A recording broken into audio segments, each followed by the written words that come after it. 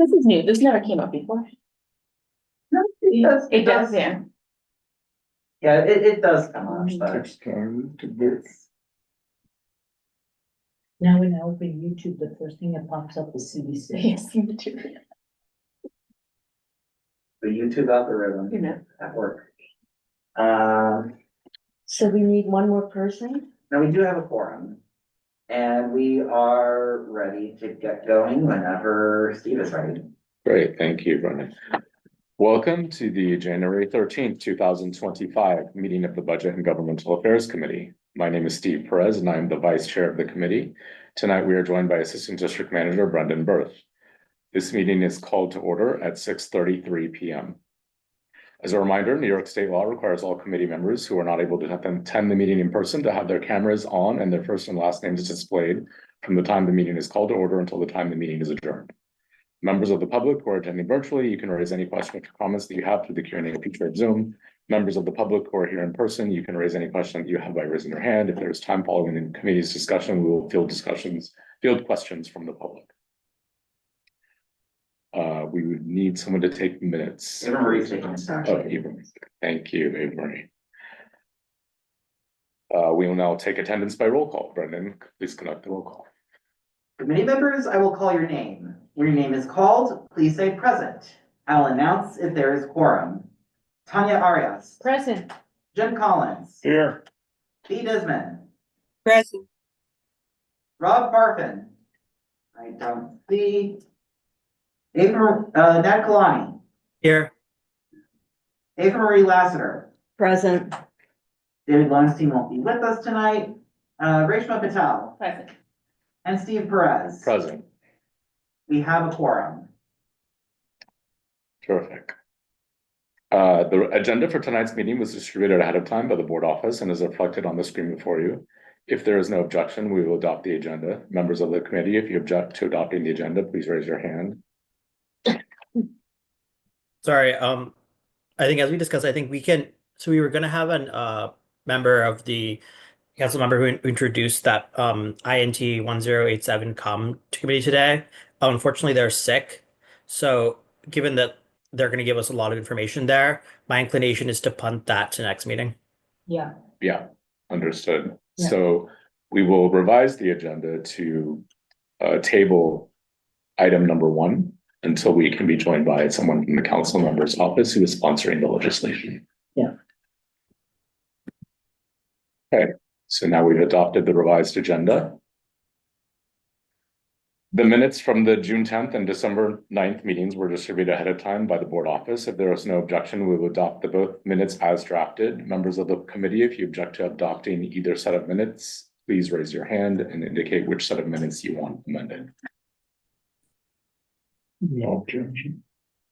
Seeing no objections, the minutes from the June 10th and December 9th meetings are adopted. They will soon be available on the CB6 website. Question, why were the June minutes? They were just late in arriving. Yeah, that's fine. Yeah. Okay. We have them now. In order to conduct an efficient meeting, let's observe a few ground rules. No one may speak until granted the floor. Committee members who are here in person, if you have a question about committee business or wish to make a motion, please raise your hand and I'll identify so you can speak. Committee members unable to attend in person, if you have a question about committee business, you may raise your hand through Zoom and I will identify so you can speak. All committee members, it is extremely important that only one person speak at a time so that members of the public watching at home can understand what is being said by each committee member. Great, so with that, I think we can go ahead and move on to the first agenda item on the agenda, and that is the topic about the No Cap Act. And I believe everyone has received a draft of the resolution, and I believe Nad took the lead on this, and so I'll turn it over to Nad. Thanks. Yeah, so this is the No Cap Act. So for context, what this bill does is right now, in every district, like under the Supreme Court district, and this is only for the Supreme Court, there's a limit in the Constitution that says you can have one judge per 50,000 residents in each district. And what this has done is, as the court cases have grown, this has driven a large backlog in the Supreme Court districts. So this bill was originally passed last session to actually make this happen. And because it's a constitutional amendment, it needs to pass in 2 consecutive legislative sessions. So Alex Boers has come to us and basically asked us for support as they work to pass it. To me, it feels pretty intuitive. Like this is really just removing this cap, which is sort of an antiquated cap. It was last adjusted in the 1960s. So there's sort of a real good positive reason to sort of think about removing it. The one article I sent out with the that Brendan sent out with the resolution is sort of the opposition to it, because to me it felt pretty logical. Like this makes a lot of sense. The one opposition that some judges have come out with is in that article, which basically says that it would give the legislature too much control over where judges are seated. So right now, basically, they have to they generally have kept it in that setup. But what this would do is it would lower the threshold and it would basically allow them to determine where to send the new Supreme Court justices. So the pushback is basically saying like this gives the legislature too much power to determine where justices go and how they're moved. But to me, the reason I sort of put together like a resolution, and we should discuss this as a committee, but the reason I put together a resolution supporting it was I think that it's already passed in one session. And if we do want to change this, it's going to be honestly, candidly, very difficult. So I think it is worth moving forward because it is important to have this to reduce the backlog. And even if it's not the most perfect thing in the world, and I don't feel that issue is that big of an issue, but wanted to flag it, I think it's worth supporting so we can start to get sort of the backlog cleaned up. What's the appropriate number of judges that they're contemplating? I think they're just removing the cap, is my understanding. B, you have your hand raised. Yeah, so I'm very supportive of this resolution. First, because it did, they did was successful in the last session. I think when you talk about how you process the work, doing a formula that prescribes based on residence does not deal with where the work is. And I know judges always complain about someone else taking the prerogative of determining where they should be staffed, but they should be staffed where the work is. So I'm really supportive of this, and I hope we get the ability to actually pass this. I had one higher level comment, just question about this type of resolution. So these bills have strong support, overwhelming support in already the state and the Senate and then the Assembly. And Hochul has also said she strongly supports it. At this stage in the game, why does the community board pass a resolution? Is it simply for us to go on record? Or is there another reason? That's a good question, because I don't know why Alex Boers brought it to us if it was so likely to pass. Like usually when an assembly member comes to us, it is, yeah. I'm just curious because I was just wondering what the thinking was behind that, because it's and it's usually, or the governor's not gonna sign it, right? But this one, he has said he's gonna sign it. Go ahead, B. So I think it's all about good government and the fact that they've touched base with the various communities. And this would be a reflection of a community interest in the subject. So it's not just an esoteric subject. So I could see, I'm surprised some other assembly didn't reach out to other, community board districts, because it does apply to the entire city, and we should show support in getting our cases down. And because justice delayed is no justice, and that's what we're doing right now. Yeah. Go ahead, Matt. Yeah, I mean, I think sort of similar. I think candidly to your point, like I don't think that like us passing this is going to like change anything, honestly, given it has a lot of support. But I think the reason I was sort of okay to bring it up and bring it forward is I think to the extent that like we are doing anything here, it does give positive momentum. And it is something where it's like, we want this to pass. It's important to pass this session because or else you have to pass it twice again. So really, like, to me, it was just like, let's put this forward so that it can get done this session. And let's show that, we want this to happen. Because if this is like, to the extent that we like are the tipping point, which I think it's going to pass anyways, but to the extent we can get it across the line, that does ensure this doesn't take another like 2 years to happen. So that was really like the big push for me to why I wanted to put it forward. Go ahead, Tanya. No, he was first. Okay. I support the general notion of this, but I think that there's two things we should consider. This is for Supreme Court justices, right? So civil court and criminal court, correct? All right.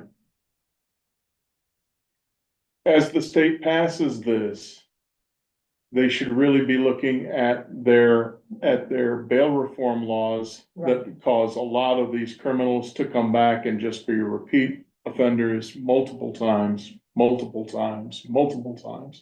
And ditto, some of the civil cases, New York is a disaster zone for businesses because there is no tort reform. And it's one of the things that needs to be addressed by the legislature.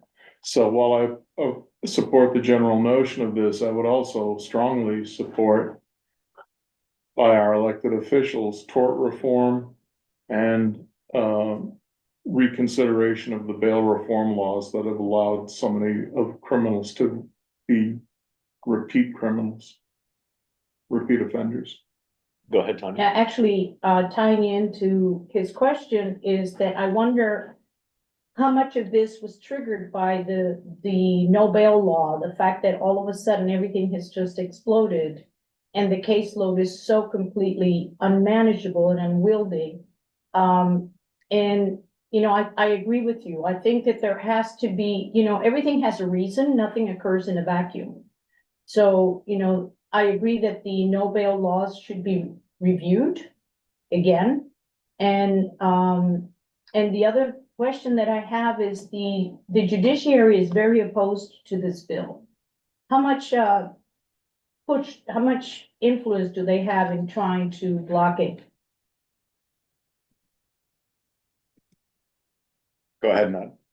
Yeah, I guess, Jim, to your point first, I agree with you. And what I was wondering as you were saying that is I think it's important. I was wondering, I actually don't have the answer for this, but would it be more effective for us to add a resolved clause here requesting they consider it? Or potentially, do we want to put together a separate resolution that's look, this is an important issue and here are some suggestions we have to tackle it? Because I agree with you that this is a Band-Aid fix to the broader issue of these why, and this to Tanya, this is your point too, right?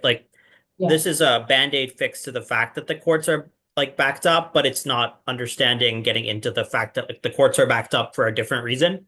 So I'm wondering, and this gets to both your points of do we think it's more effective to put it here in something that's going to pass already, so it may not get, maybe it gets more attention, maybe it doesn't?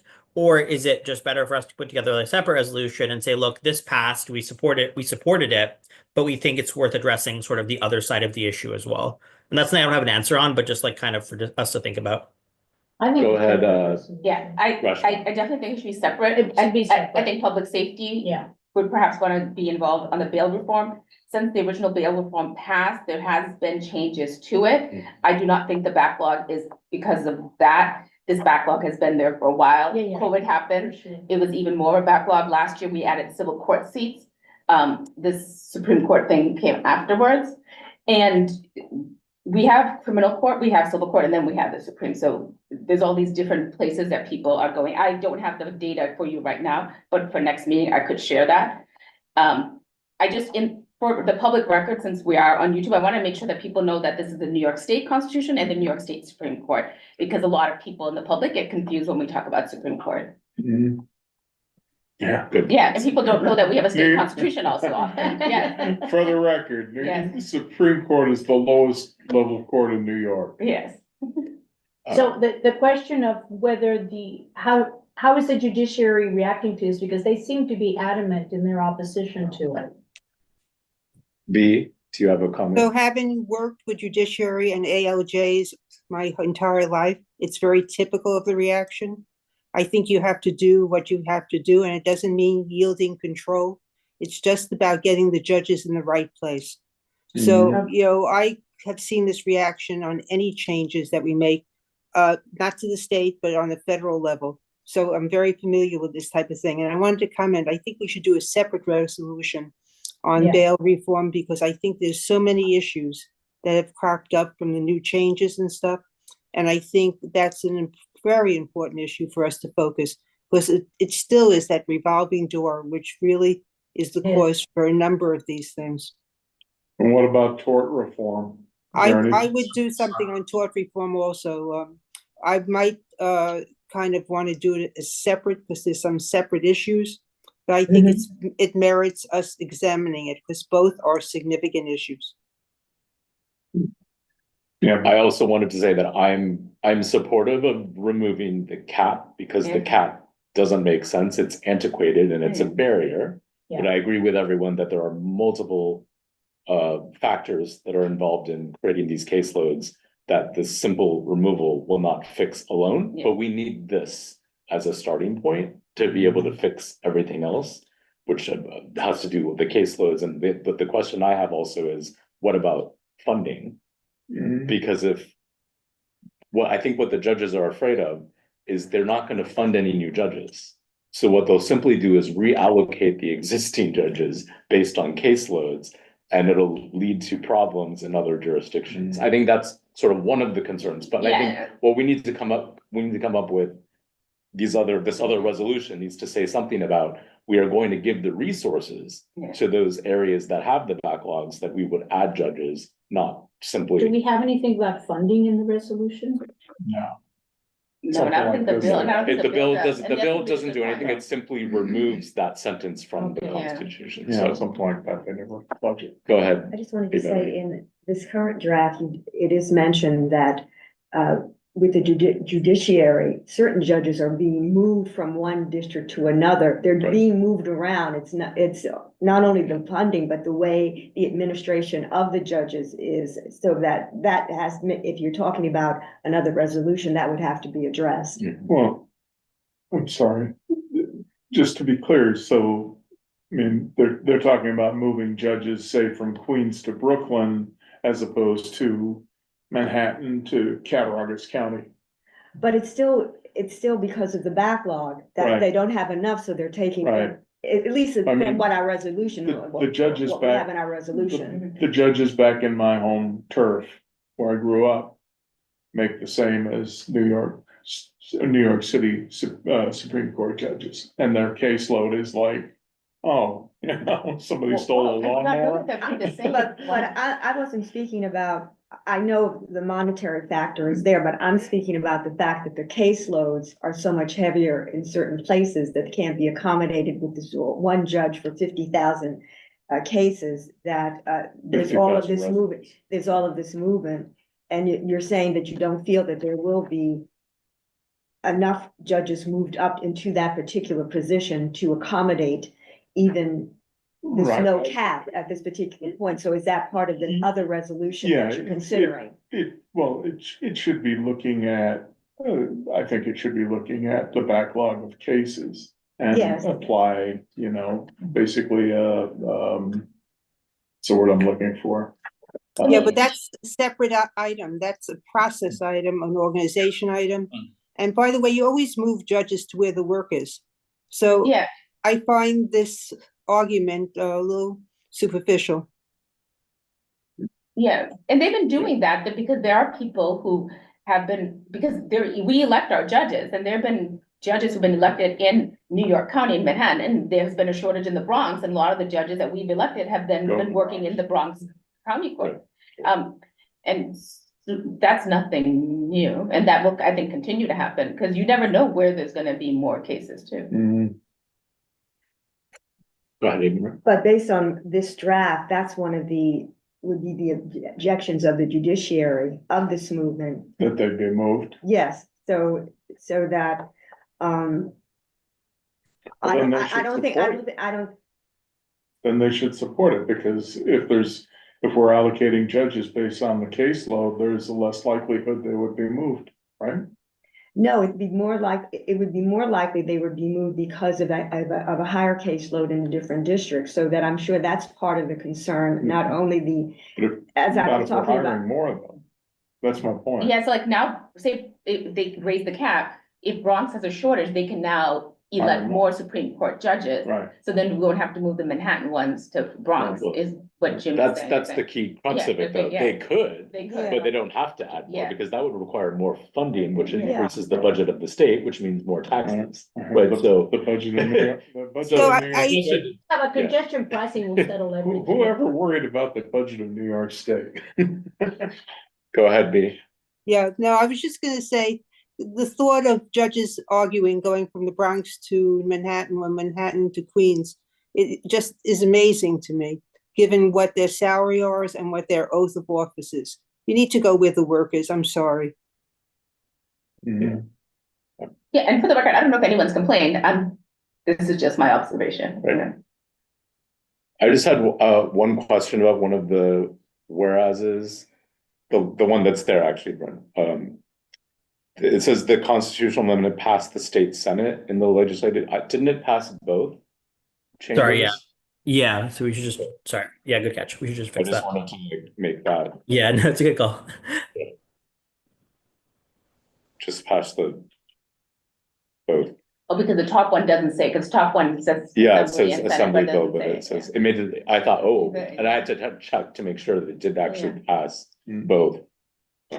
Okay, Yeah, I mean, so the thing is, this legislation will pass, will raise the cap, but if we don't have the money to do it, then it may never happen, but at least there's not a cap, right. yeah. At least it solves getting rid of an antiquated barrier that shouldn't Yeah. exist. From Doesn't make eighteen sense, but forty-six or some Yeah. nonsense. it doesn't mean the problems are solved. That's where we go So, with the other resolution, should we come up with them. But does anyone else have any edits or other comments call on the this question. resolution? Call the question. Okay. Second, Okay, Eva Marie, do you have a question? Or- Let's go ahead and, Ava Marie, do you have a question about this? I wanted to know if resolution? certain elements of this are going to be removed to put in another resolution based on what we've just discussed. What do you Certain mean elements, remove? certain elements that are already in it when we were talking about the movement, when now you were talking about the funding. Are there certain points that are already in, I'm just asking in this resolution that we would be considering in the second resolution? These could be building blocks for another resolution, certainly. Yeah. A building block. Yeah, All right. we can Yeah. take pieces of We can this. Yeah, I was and gonna say, yes. we can reuse them. It's not like we can, like the whereases, I think we can honestly reuse some of the research from the whereases for like another resolution on reform. Yeah. But may have other ones there to just drive home the point about. Yeah, but I think Whether the it's- tort reform is a completely separate thing. from this. Yeah. Let's put it together in Yeah. the next meeting. Okay, so Vote at the next meeting. Brendan, do we want to take a vote yep, now on this? yep, so when I call your name, please say whether you're in favor, opposed, abstain, or not entitled. Tanya Arias, In favor. Jen Collins, In favor? B. Desmond, in favor, Nat Kalani, In favor. Ava Marie Lassiter, In favor. Reshma Patel, In favor. and Steve Perez. In favor. With all 7 committee members in favor, this resolution passes. Okay. And shall we do another resolution with respect to the tort reform and the criminal justice reform? Bail reform. Do we want to do some research on the bill reform, We just did a draft. just a draft? I would, yeah. Just. I think what we can do for that is folks can research and then I'll put a first thing on the agenda for next meeting. So what I think Yeah. folks can do is like research. If you have articles you think are worth sending to committee, just send them to me and Steve, and we can sort of like coalesce it all and distribute it ahead of next meeting. And I can even draft some like simple whereases just to get us a starting point, and we can align on sort of the results next meeting of like with everybody having done the reading of like what are like the key, things we want to put in that resolution. Okay, great. Because we may have, I'm just want to flag for next meeting, we are going to have the budget that we're gonna have to respond to. the Yeah, mayor. because the January plan And comes up. it's gonna be, we're gonna have like very little time Yeah. before the deadline of February 15th, so So that will also take up some of. We can the also time. Push it to another meeting too. Yeah. Just. But I in think it's case like we- a good, yeah. Yeah. Yeah, I think it's good that everybody starts researching it, sending articles so we can at least think about it as a committee. I think, yeah, like once we get that budget step out of the way, but like I think it's something that we should make progress on. I think everybody here is sort of aligned on that. And we should loop in public safety, I think, on the bill. Yeah. That would be really good. Yeah. Yeah. Mhm. Good idea. Have they discussed it in the past? Bail Yeah. reform? I Not mean, in they the have not last year, recently. not in, Yeah. not since I've been on the committee. I'm also on public safety. Okay. Okay, so we will move to chair's report. Yeah, the only thing I was gonna say, the thing you just said, Steve, like we're gonna get that budget response shortly, hopefully. That'll be like the one thing that I do want to discuss next meeting. For that, it's really like they're gonna come back with some responses on various things that we submitted, and it's a chance for us to sort of continue the dialogue. As Steve mentioned, the timeline is pretty tight, so once we get it, I'll distribute it to the committee. We can all take time to read it. Sometimes the responses aren't helpful, sometimes they are helpful, but I think the big thing is that we're involved and we're responding because not every community board responds. And if you do respond, people listen. So I think it is something for us to think about, just keep aware of for next meeting. Otherwise, I think the bail reforms will be like something else. And then the INT 1087 will continue to find a time where we can work with the representatives from that council member's office to come in, but nothing else from me on the chair's report. Great, thank you. Moving on to old and new business. I do have an item for old business, and that is, I was just looking at the resolutions we passed last year as a committee.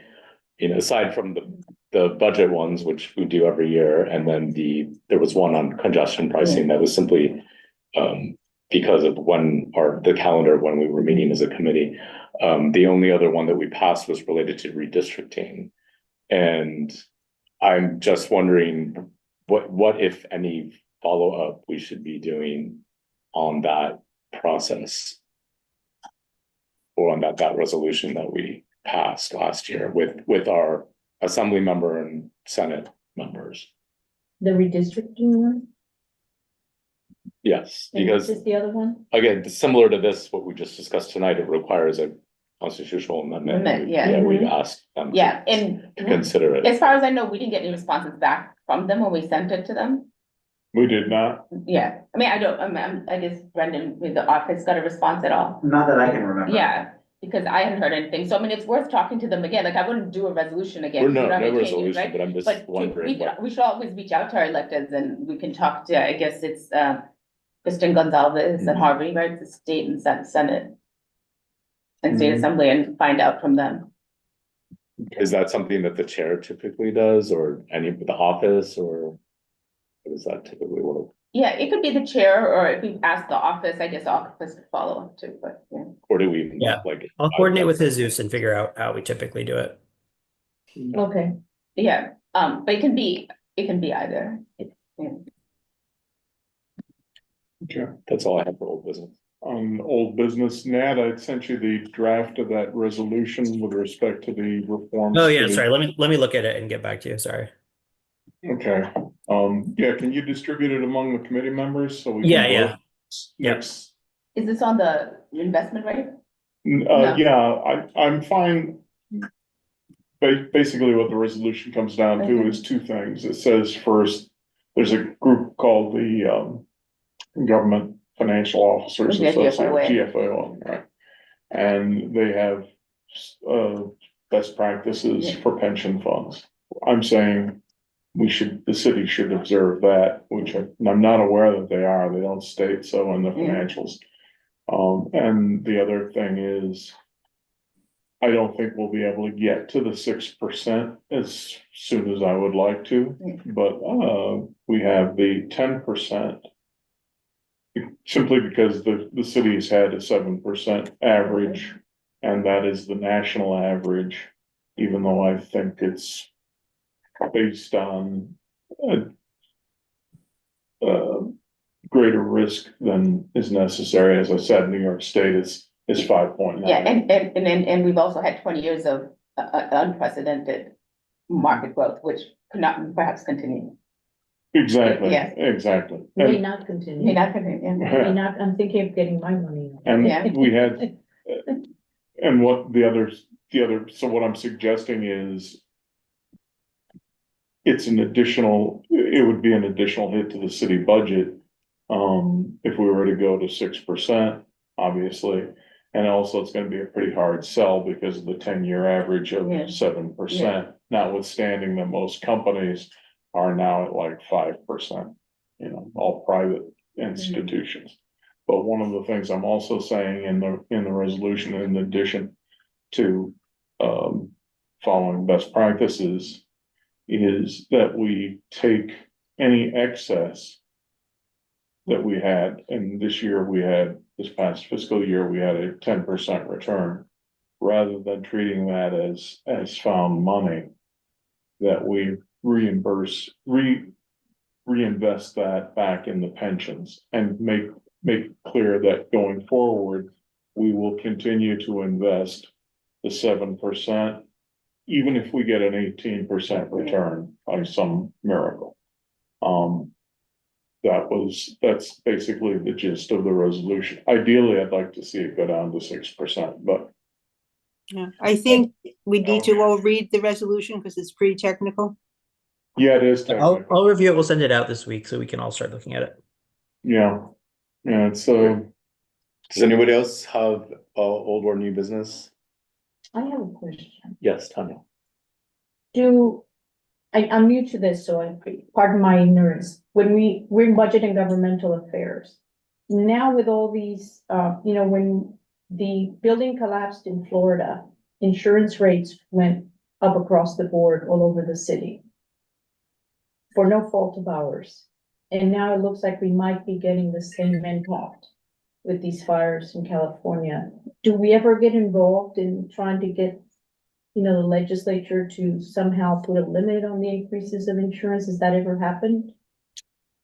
then you have what happened in California, which is they canceled insurance. Yeah, and in Florida, and the state Yeah. created insurance fund for the hurricanes. Yeah. Insurers will just exit markets where it's not profitable Yeah. underneath, so. No, I know, I get it. I know how they are. New York City tends to be overreactive to outside events. The thing with the garage in Florida, the collapse, entirely attributable to a single case. Now, as a consequence, buildings all over the city are paying hundreds of thousands of dollars to building engineers to inspect their garages. Not to mention the fact that now you can't get financing in buildings that are deemed either unsafe or swamped. Because the banks don't want to lend. Yeah. And I think that's a huge problem. And that's sort of a pet peeve for me. What do you mean by unsafe? When, Structurally unsafe? well, the FISP program is a maintenance program. Yeah. Every 5 years, you do the inspection of the buildings. This Right. is local It's law required 11. by local law 11. Right, Yeah. right. And if for any reason they find, in my case, in my building, for example, the terracotta was cracked. Right, right, And they felt that was an unsafe right. condition, so that needed to be fixed, but And you there's a can't get building. insurance. Well, we were able to get everything because, we had already started addressing it. Right, We had already started our local law 11 process. But building, for example, a building on 47th Street was declared swamped, which is safe with additional repairs made over a period of 2 years. It's not unsafe, but Yeah. you still have to do some repairs. Was having an issue with the building next door, not letting them put up the bridge, so on and so forth. So they had not begun I see. their process, so now Bank of America would not lend in the building. And a lot of banks are just, they don't understand what the FISP program is.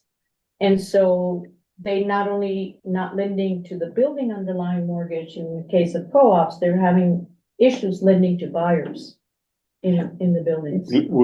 What's the Swiss program? FISP is local law 11. Oh, Yeah, what is the one, I you're talking just about the know it's garage local one law you're talking 11. about, because isn't that also in It's local all law part 11? of local law 11, It's all yeah. local law 11, which is Yeah. all the reason why we all the scaffolding and all that. yeah, no, Yeah. I know local law 11. We've been Yeah, doing and it we for have since, we did that decades. from before the building collapsed, right? And I think that the insurance companies then penalizing us when we're already paying so much to every 5 years, get all this It's check. the insurance plus the Yeah. banks not lending, plus it's becoming a real issue. Yeah, I hadn't heard about the bank lending. I'm in the business, I'm Yeah. in real estate, I Okay. can tell you it's a problem, and Yeah. I'm also president of my board, and Yeah. we've had to write letters to the banks Yeah. explaining what a FISP program is. That just because you're declared unsafe does not mean that it's a building like the Florida one that's going to collapse. I'm So- really, I'm Well, surprised by that the was fact a that, whole different deal. yeah, I'm That was surprised. seawater. That's kind Yeah. of ridiculous that they That went was to. seawater. As a matter of fact, one of my purchasers had to walk away from, after they was board approved and everything, the bank said they weren't gonna lend. Wow. It's happening in the city, so. Yeah. Because there's enough lenders who are based in this city, they should know. Yeah. Like, how can you be at B of A and have your big office here and not know this?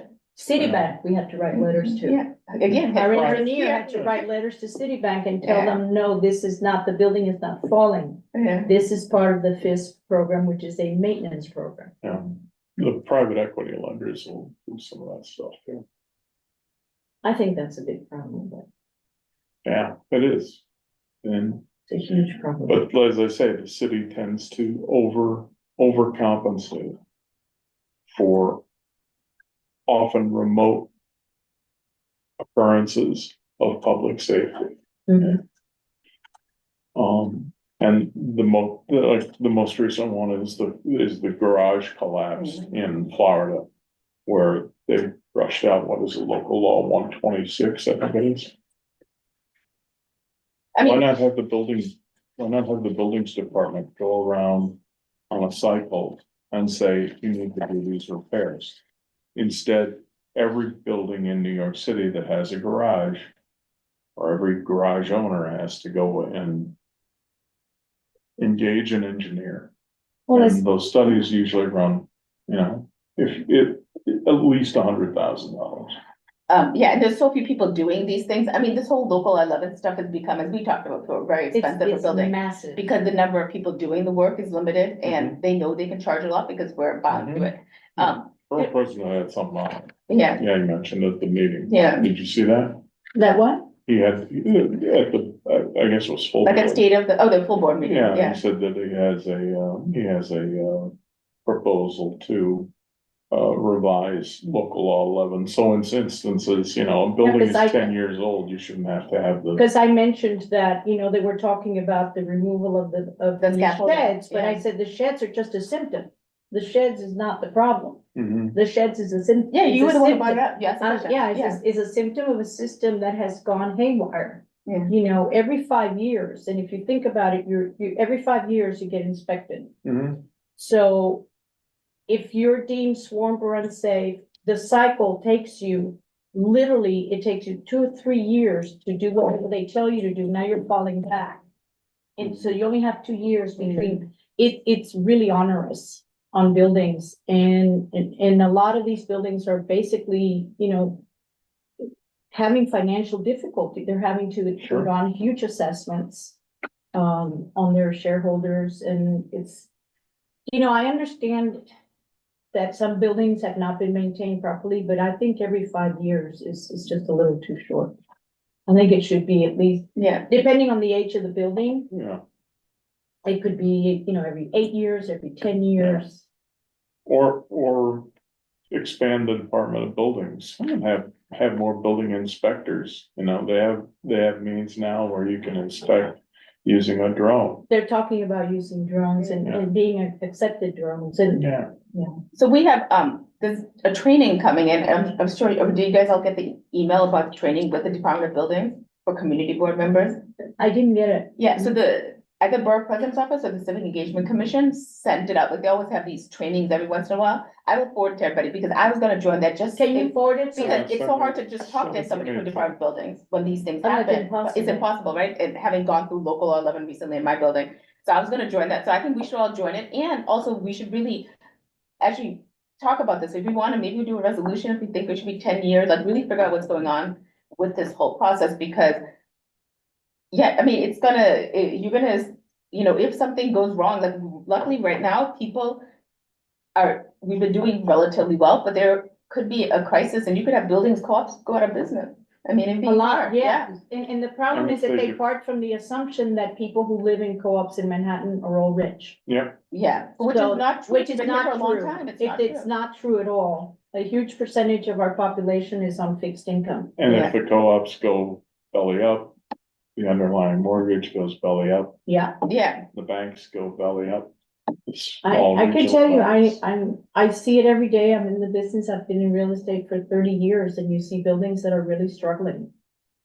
Truly struggling to pay for local law 11. I mean, you start with a project that you think you're budgeting 400,000 or 500,000 for, next thing you know, it's 3.5 million, 4 Yeah. million. Oh, yeah. And what's it, you know, one of the buildings in Tudor City had finished their local law 11. They had finished, completely finished. DOB comes in. This is a true story. Found some cracked windows in the building. Yeah. They're not allowed to take down the bridge. They have to replace Every all these window, windows, yeah, until every everything is. single window? No, if anything with a little crack in it Had to be and- replaced. has to be replaced. So you have this bridge up now for another 6, 7 months. Yeah, well, Well, I encourage you to take a look at the borough president's report on all the changes that he's suggested making. I'm forward. actually- yeah. And then, if there are other things that you think we as a committee need to take up, whether it's related to that or whether it's related to the insurance market, I would encourage you to I'm gonna follow. bring that to the attention of our chair and we can circulate. there's a bunch of Q&As. There. What is Who is, this related to? I can't. see in front of me.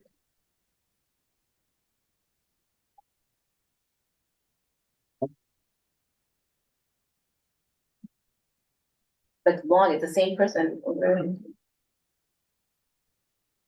Who's this? All right, Does anybody, was anyone able to read it? No, what was that? I think it's. And use the funding. This is, why Congress is, we don't have. Okay, Okay. if we have no other items, do I have a motion to adjourn? Yeah, make a motion to, oh, Just motion with that scrolling. Is that a person who is attending the meeting? Correct, from the. So they're addressing point number 1, which we really didn't discuss. I think they were addressing all of our points. They were chatting as we were going through. I see, but we really didn't discuss, No, that's correct. so are we quickly going to discuss point number 1 before we adjourn? No, it's off the agenda. No, We modified the agenda, so it's not on the agenda. Oh, that's right, it's for next meeting, okay. Okay. oh, but he Motion. mentioned that too. I'm sorry. Oh, I didn't realize that he mentioned that Yeah. because I didn't see the scrolling. okay, motion to adjourn. second. Second. We are adjourned at 7:14 PM. Thank you, everyone. Thank you.